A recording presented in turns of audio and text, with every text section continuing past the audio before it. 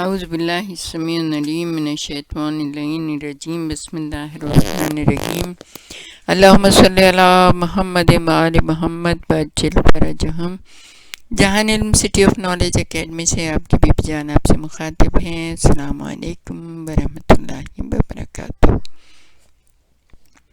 ہم آپ کو پیارا گھر کے سلسلے میں جو لیکچر دے رہے ہیں اس کو آپ کو یقیناً غور سے سننا چاہیے، اور جو بھی رکاوٹیں ہیں شادی کے سلسلے میں، اولاد کی، یا کوئی بھی ایسا انسان ہو کہ جس کی شادی نہ ہو رہی ہو، تو اس کے بڑا ثواب کا کام ہے۔ ہم پچھلے لیکچر میں آپ کو بتا کے آئے ہیں کہ کتنا ثواب ہے کسی کی شادی کرانا، اور جہاں تک اپنی اولاد کا تعلق ہے تو اس کے سلسلے میں تو بہت ہی زیادہ ہوشیار رہنا چاہیے، اور ازدواجی مسئلوں میں بہانوں کے بجائے اللہ پر توکل کرنا چاہیے۔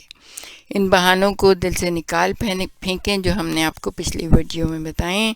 اس قسم کے بہانوں کو پیغمبر اکرم، ائمہ اطہار علیہ السلام اور علماء کرام کوئی بھی قبول نہیں کرتے ہیں۔ ایک واقعہ آپ کو سنائیں، یہ مرحوم کاشف الغطا رضوان اللہ علیہ کا۔ وہ نقل کرتے ہیں کہ وہ مرجع تقلید تھے۔ علم اور شجاعت اور ریاست دینی کے اعتبار سے ان جیسی مثالیں بہت ہی کم ملتی ہیں۔ ایک دن وہ اپنے طلباء کو درس دے رہے تھے۔ درس دینے کے بعد فرمانے لگے، میری ایک بیٹی ہے جو شادی کی حد تک پہنچ چکی ہے۔ اگر کوئی متدین اور دیندار قسم کا شخص ہو تو میں اپنی بیٹی اس کو دے دوں گا۔ یہ سن کر ایک طالب علم اٹھے اور بیٹھ گئے، یعنی اٹھ کر بیٹھ جانا ایک قسم کی خواستگاری تھی۔ مرحوم کاشف الغطا نے کہا، گھر پر چلے آؤ، اور خود گھر چلے گئے، اور یہ طالب علم بھی ان کے بعد ان کے گھر چلا گیا۔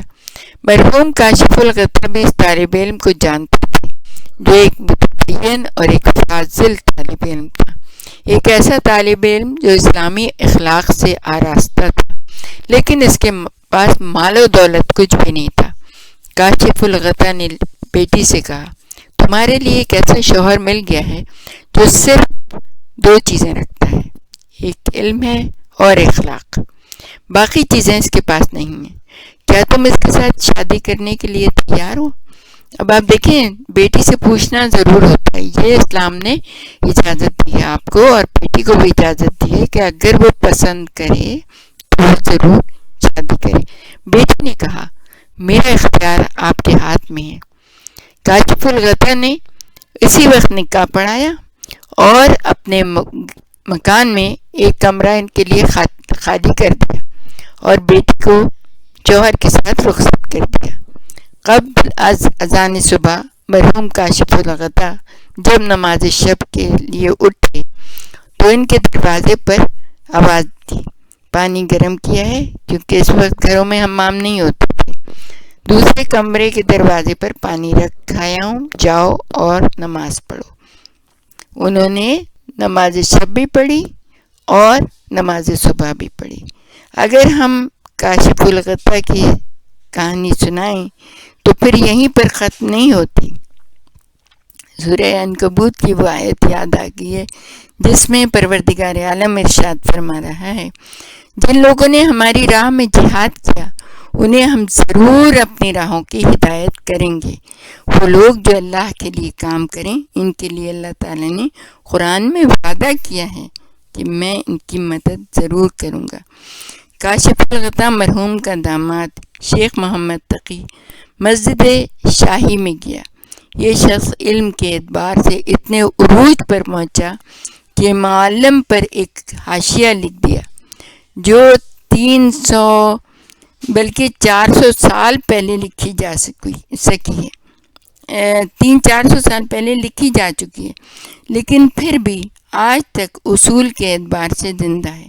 کاشف الغطا سے آگے سلسلہ بڑھا، ان کی تمام اولاد مجتہدین میں سے قرار پائے، یعنی مجتہد بن گئی۔ ان کے گھر سے اجتہاد کا سلسلہ جدا نہ ہوا۔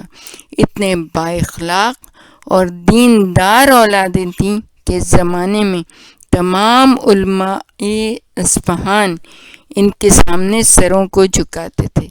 یعنی وہ شادی جو اللہ اور رسول کے کہنے کے مطابق انجام پائے گی بہت بہت بابرکت ہوگی. ایک اسلامی شادی، یعنی کہ کتنی سمپل شادی تھی، لیکن قرآن ہمیں جس کا حکم دیتا ہے اسی شادی کو اسلامی شادی کہا جاتا ہے. پیغمبر اکرم صلی اللہ علیہ وآلہ وسلم کا طریقہ بھی آپ کو معلوم ہے. یہ جب بیٹی کے لیے مولا نے رشتہ دیا تو کیا کہا؟ نہ کوئی جہیز کی بات تھی، نہ گھر کی بات تھی، کچھ بھی تو نہیں تھا.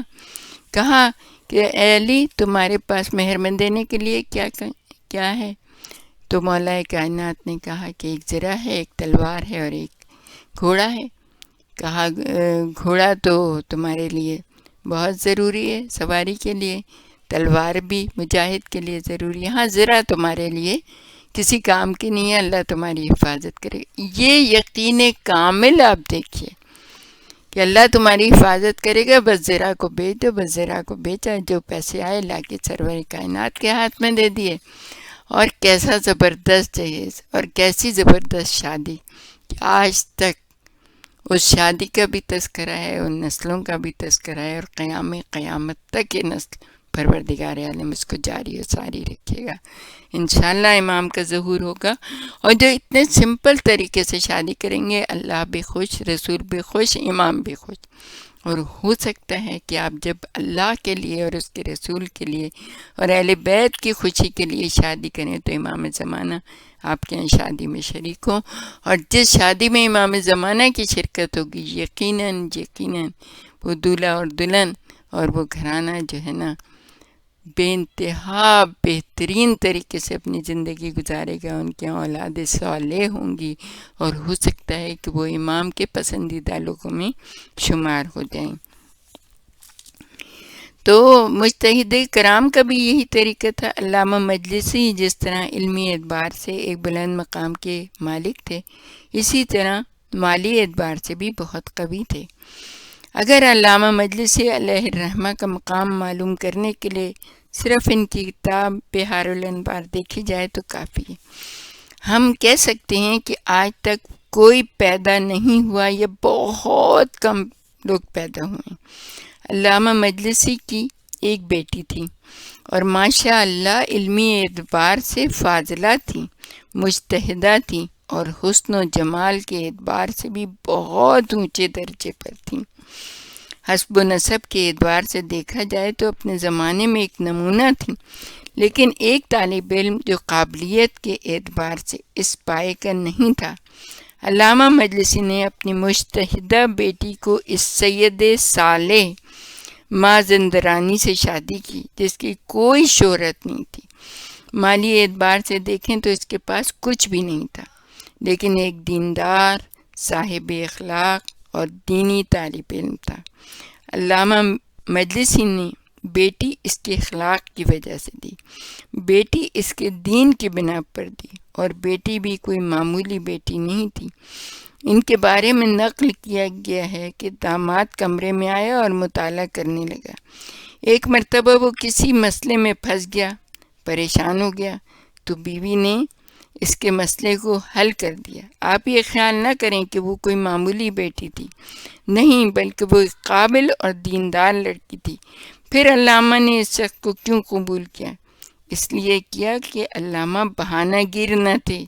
کہتے تھے پیغمبر اکرم نے فرمایا جب تمہارے پاس کوئی شخص ایسا شخص خواستگاری کے لیے آئے جس کے اخلاق اور دین سے تم مطمئن ہو تو اپنی بیٹی کی شادی اسی سے کرو، اور اگر تم ایسا نہیں کرو گے تو روئے زمین پر بہت بڑا فساد برپا ہو جائے گا. اب ہم آپ کو یہ بتائیں کہ جو بے جا تکلفات ہوتے ہیں شادی میں، اللہ اکبر، وہ تو بھائی پتہ نہیں کیا ہو گیا ہے لوگوں کو. دوسری رکاوٹ جو پہلی رکاوٹ سے بھی زیادہ اہم ہے، اور خصوصاً آج کل کے زمانے میں اس سے بچنا بہت ہی مشکل ہے.